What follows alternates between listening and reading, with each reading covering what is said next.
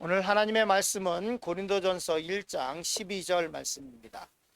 고린도전서 1장 12절 말씀 다 같이 한 절의 말씀을 봉독하겠습니다. 내가 이것을 말하거니와 너희가 각각 이르되 나는 바울에게, 나는 아볼로에게, 나는 게바에게, 나는 그리스도에게 속한 자라 한다는 것이니. 아멘. 우리가 12월 달 한 달을 특별히 성탄절과 성탄절 이전에 있는 대강절을 참 우리 교회가 잘 지낸 것 같습니다. 새벽 예배 때도 그렇고, 그리고 특별히 성탄 찬양을 한번 다 불러봤죠. 올해는 다 불러봤습니다. 그리고 또 성탄절 이전까지 있었던 우리 누가복음 1장과 2장에 있는 예수님의 탄생을 찬양하는 5편의 찬양으로 성탄절 바로 전에는 말씀을 나눴습니다. 그리고 앞으로는 고린도 전후서 말씀을 가지고 말씀을 나누려고 하는데요. 오늘은 특별히 첫 번째 시간입니다. 첫 번째 말씀을 나누려고 하는 것은, 말씀의 제목은 누구에게 속해 있는가라는 말씀의 제목으로 잠시 은혜를 나누려고 합니다. 고린도 전후서는 역사적인 배경을 가지고 있죠. 고린도 교회는 바울이 2차 전도 여행 중에 개척을 한 교회입니다. 그리고 고린도 전후서는 바울이 3차 전도 여행 중에 에베소에 머물면서 이제 고린도의 교회의 어떤 영적인 상태를 듣게 됩니다. 특별히 고린도 교회가 이렇게 나눠져 있었다라고 하는 것에 대해서 듣게 되는데요. 그것에 대해서 이제 바울이 이 고린도 교회를 사랑하는 마음으로 서신서를 기록하게 됐습니다. 물론 성령의 인도하심으로 기록되어 있기 때문에 이것이 고린도 교회 당대에만 해당하는 것이 아니라 우리 모든 지금 현대에 있는 교회들에게 해당하는 것입니다. 그리고 고린도 전후서를 이렇게 보면 고린도 교회에 있었던 그 문제들이 지금 우리 현대 교회에 똑같이 이루어지고 있는 일이고 똑같은 문제를 안고 있는 것을 보게 됩니다. 첫 번째, 하나님의 교회에 대해서 말씀을 나누려고 합니다. 고린도전서 1장 1절 말씀 이렇게 시작합니다. 우리 같이 읽었으면 좋겠습니다. 하나님의 뜻을 따라 그리스도 예수의 사도로 부르심을 받은 바울과 형제 소스데네는, 이렇게 기록하고 있습니다. 여기 보면은 바울의 서신서를 기록할 때 누누이 얘기하는 것이 뭐냐면, 하나님의 뜻에 따라, 아니면 예수 그리스도로 말미암아 자기는 사도가 됐다, 이렇게 고백을 하고 있습니다. 이것은 뭐냐면 초대교회에 바울로 인해서 박해를 받았던 그리스도인들이 아직까지 많이 있었습니다. 바울이 박해를 함으로 인해서 예루살렘에서 살지 못하고 뿔뿔이 흩어졌던 사람들, 그 사람들을 바울은 다시 만나야만 했습니다. 그렇기 때문에 바울은 자기를 죄인 중에 괴수라고 얘기할 수밖에 없었고, 이것은 겸손의 표현이 아니라 정말로 자기로 인해서 수많은 믿음의 형제들이 감옥에 갔고, 자기로 인해서 어떤 사람은 죽었고, 어떤 사람들은 가족이 헤어졌고, 어떤 사람은 더 이상 자기가 고향에서 살지 못하고 로마로 떠나고 안디옥으로 떠나고 고린도로 떠나고 뿔뿔이 다 흩어져야만 했습니다. 그 사람들을 바울은 다시 만나야만 했습니다. 그런데 이 바울을 대할 때 사람들이 이 바울이 사도로 부르심을 받았다는 것을 믿지 않았던 사람들이 상당수 있었습니다. 왜냐하면 바울이 한 짓이 있으니까, 이 사람이 지금 자기가 사도가 됐다고 얘기하면서 교회에 들어와서 더 큰 박해를 준비하고 있는 거 아닌가라는 생각을 했던 사람들이 있습니다. 그래서 끝까지 바울을 거부했던 사람들이 있습니다. 그래서 그런지 모르지만 바울의 서신서 맨 앞부분에 누누이 얘기합니다. 내가 그리스도로 말미암아 내가 하나님의 뜻에 따라 사도가 됐다라고 얘기를 합니다. 내가 새로운 사람이 됐다라고 얘기를 하고 있습니다. 복음은 우리의 삶을 바꿉니다. 복음은 우리의 삶을 바꿀 뿐만 아니라 우리의 환경을 바꾸고, 그리고 우리의 생활도 바꿉니다. 가난하고 힘들고 어려운 사람이 복음을 받아들이고 그의 삶을, 그의 대대로 흐르고 있는 저주의, 가난의 저주를 끊고 정말로 새로운 삶을 살아가는 모습을 보게 됩니다. 하나님의 말씀을 제대로 믿고 하나님의 뜻대로 살아가는 많은 사람들이 그들의 가난함을 청산하고 삶이 나아지고, 어떤 사람은 부자가 되기도 하고, 어떤 사람은 지질이 뭘 해도 안 되는 사람들이 예수 그리스도의 복음을 받아들이고 그들의 삶이 나아지는 모습을 보게 됩니다. 병들고 허약했던 사람이 예수 그리스도의 복음을 받아들이고 그의 몸이 건강해지는 것을 보게 되고 난치병이 치료되는 수많은 케이스들을 우리는 보게 됩니다. 복음이 바울을 바꿨습니다. 그리고 위대한 사도로 만들었다는 거 하는 것을 자기는 고백하고 있습니다. 하나님의 뜻에 따라서 내가 교회를 박해하던 사람이 내가 이제 사도가 됐다라고 얘기를 하고 있습니다. 그리고 특별히 고린도전서 1장 1절에 소스데네라고 하는 사람에 대해서 소개를 하고 있습니다. 이 바울이 고린도 교회에 편지를 하면서 자기만 얘기하는 것이 아니라 뭐라고 얘기하고 있냐면 사도로 부르심을 받은 바울과 소스데네라고 하는 사람이 너희들에게 문안한다, 이렇게 얘기를 하고 있는데요. 이 소스데네가 왜 고린도전서 1장 1절에 등장하냐면 이 소스데네는 사도행전하고 연결해서 읽으면 이해를 할 수 있습니다. 그래서 신약 성경에 이런 구조를 보면 복음서가 있죠. 마태, 마가, 누가, 요한 복음서가 있습니다. 복음서라고 하는 것은 예수님의 태어나심과 그리고 사역과 죽으심과 부활하심에 대해서, 예수님에 대해서만 얘기하고 있죠. 그리고 나서 이 신약 성경의 유일한 역사서가 있는데 그것이 사도행전입니다. 복음이 어떻게 전파되었는지, 그런데 이 사도행전을 이해를 하지 못하면 나머지 서신서가 이해가 안 됩니다. 또 서신서 또한 읽을 때 사도행전과 같이 봐야 이게 무슨 일이 있었던인지를 우리가 쉽게 이해할 수 있습니다. 고린도전서 1장 1절에 소스데네에서 얘기를 하고 있는데 이 소스데네는 사도행전 18장 17절에 기록되어 있습니다. 같이 읽었으면 좋겠습니다. 모든 사람이 회당장 소스데네를 잡아 법정 앞에 때리되 갈료가 이 일을 상관하지 아니하니라.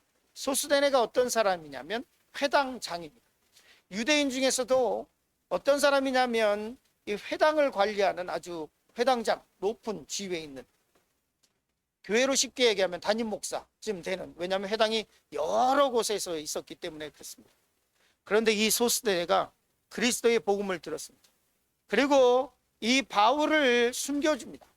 그리고 나서 어떻게 되냐면 이 바울을 찾지 못하니까 이 고린도 사람들이 누구를 찾으려고 하냐면 고린도에 살던 유대인들이 소스데네를 잡아다가 법정 앞에서 때리되, 이렇게 기록하고 있습니다. 즉 다시 말해서 바울을 대신해서 맞았다라고 하는 것입니다. 복음을 받아들이고 이 유대인의 회당의 장이었지만 예수 그리스도를 믿고 나서 이 사람이 변화돼서 바울을 대신해서 맞았던 사람입니다. 이 고린도 교회를 세우는데 아주 대단히 중추적인 역할을 했겠죠. 회당장이 예수님을 믿고 그리스도인이 됐으니까 이 사람과 함께 이 고린도에 지금 문제가 아주 큰 문제가 있는데 이 문제를 해결하기 위해서 글을 쓰면서 나와 이 소스데네, 너네 알지? 너네 이 교회가 세워질 때 나를 대신해서 가서 사람들 앞에서 매를 맞고 했었던 이 소스데네를 알지? 이 사람이 유대인의 회당의 장이었는데 복음을 받아들인 이 사람 알지? 우리가 정말로 전심을 다해서 너희들에게 편지를 쓴다라는 표현이 고린도전서 1장 1절이라고 할 수 있습니다. 그리고 1장 2절에 계속해서 이렇게 말씀하고 있습니다. 같이 읽었으면 좋겠습니다.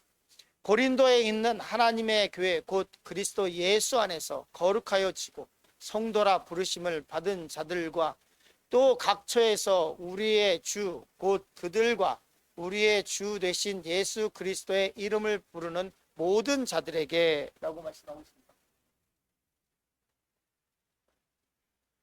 고린도전서 1장 2절에 분명하게 얘기하고 있는 것은 고린도에 있는 교회를 고린도 교회라고 부르지 않고 뭐라고 부르냐면 하나님의 교회라고 부르고 있습니다. 이 세상에 있는 모든 교회는 하나님의 교회입니다. 누구의 것이라고 주장할 수 있는 것이 아무도, 주장할 수 있는 사람이 아무도 없습니다. 그리고 계속해서 이 말씀을 하기를 뭐라고 말씀하고 있냐면 하나님의 교회 곧 그리스도 예수 안에서 거룩하여지고 성도라 부르심을 받은 자들과 또 각처에서 우리의 주 곧 그들과 우리의 주 되신 예수 그리스도의 이름을 부르는 모든 자, 즉 교회 건물이 아니라 칼빈이 얘기하죠. 교회는 건물이 될 수 없다고 얘기를 합니다. 예수님의 이름으로 부르심을 받은 사람들의 모임, 그것이 교회입니다.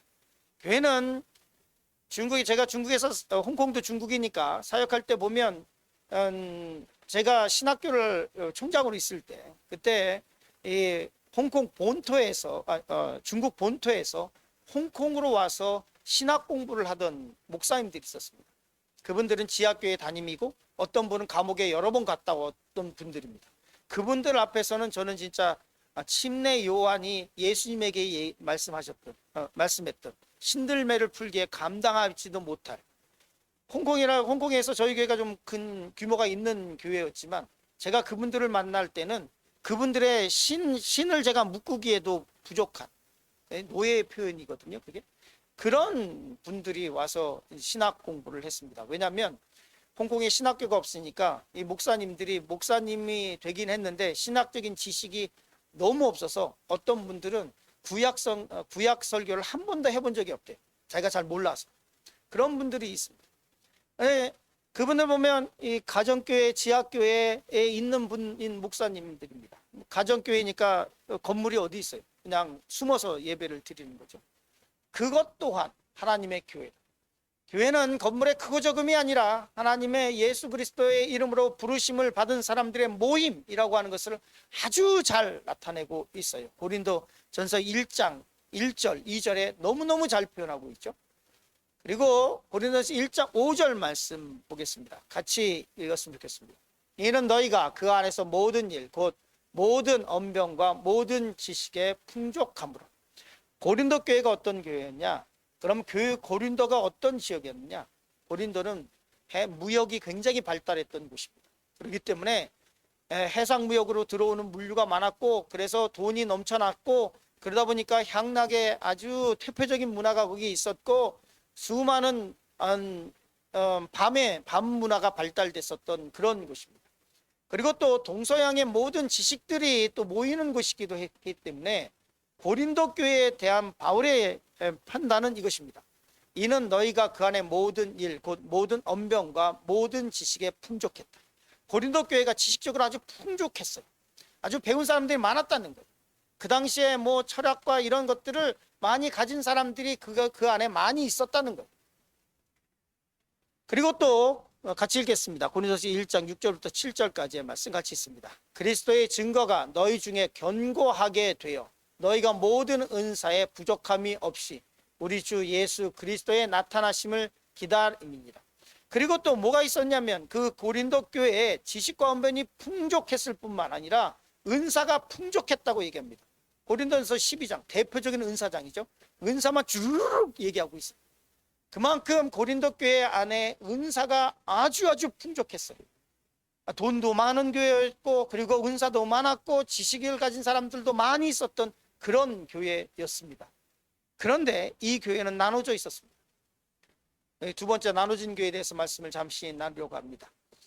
이 교회를 처음 세울 때 이 바울의 심정이 어땠는지를 성경은 굉장히 잘 보여주고 있는데요. 고린도전서 2장 3절에 보면 내가 너희 가운데 거할 때 약하고 두려워하고 심히 떨었구나. 고린도에 박해가 심했고 그 교회를 세울 때 너무너무 힘들었고 무릎으로 기도로 눈물로 세웠던 교회입니다. 그런데 그 교회가 분쟁이 있다는 것을 듣게 됐습니다. 고린도전서 1장 11절 말씀 같이 읽겠습니다. 내 형제들아 글로의 지편으로 너희에 대한 말이 내게 들리니 곧 너희 가운데 분쟁이 있다는 것이다. 글로에라고 하는 말, 이 글로에라고 하는 말에서 뒤에 성이나 뭐 이런 것이 없기 때문에 아마 굉장히 잘 아는 사람이었을 것입니다. 말씀드린 것처럼 바울은 전도여행 중이었고 3차 전도여행 중이었고 에베소에 있었습니다. 그런데 에베소에서 글로에를 통해서 분쟁이 있다는 말을 들었습니다. 어떤 분쟁이 있었느냐? 우리 같이 읽었으면 좋겠습니다. 고린도서 1장 12절 내가 이것을 말하거니와 너희가 각각 이르되 나는 바울에게 나는 아볼로에게 나는 게바에게 나는 그리스도에게 속한 자라 한다는 것인지. 어떻게 나눠졌냐면 네 파로 나눠졌습니다. 어떤 사람은 얘기하기를 나는 바울에게 속했다, 나는 아볼로에게 속했다, 나는 게바에게 속했다, 나는 그리스도에게 속했다. 네 파로 나눠졌습니다. 역사 이래로 고린도 교회 같은 교회는 없습니다.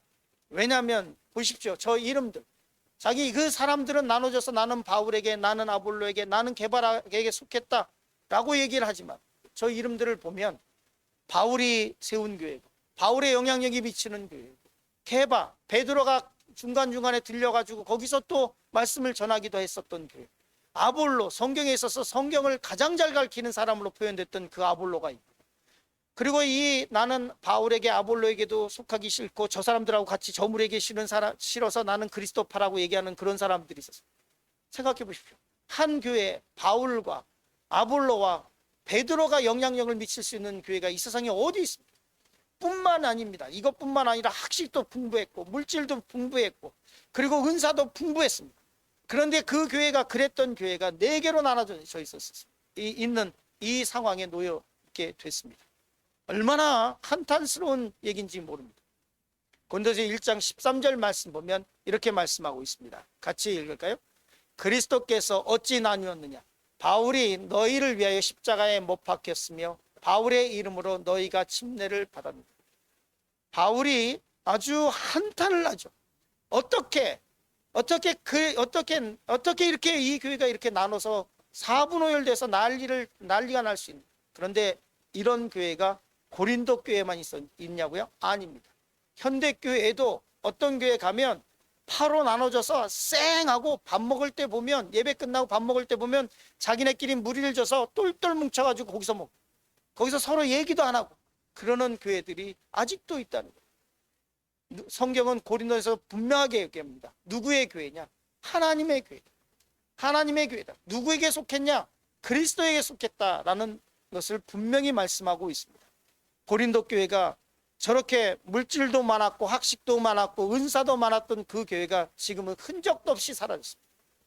예수 그리스도를 온전히 믿고 그분을 바라볼 때 내 신앙이 쓰고 교회가 쓰는 것입니다.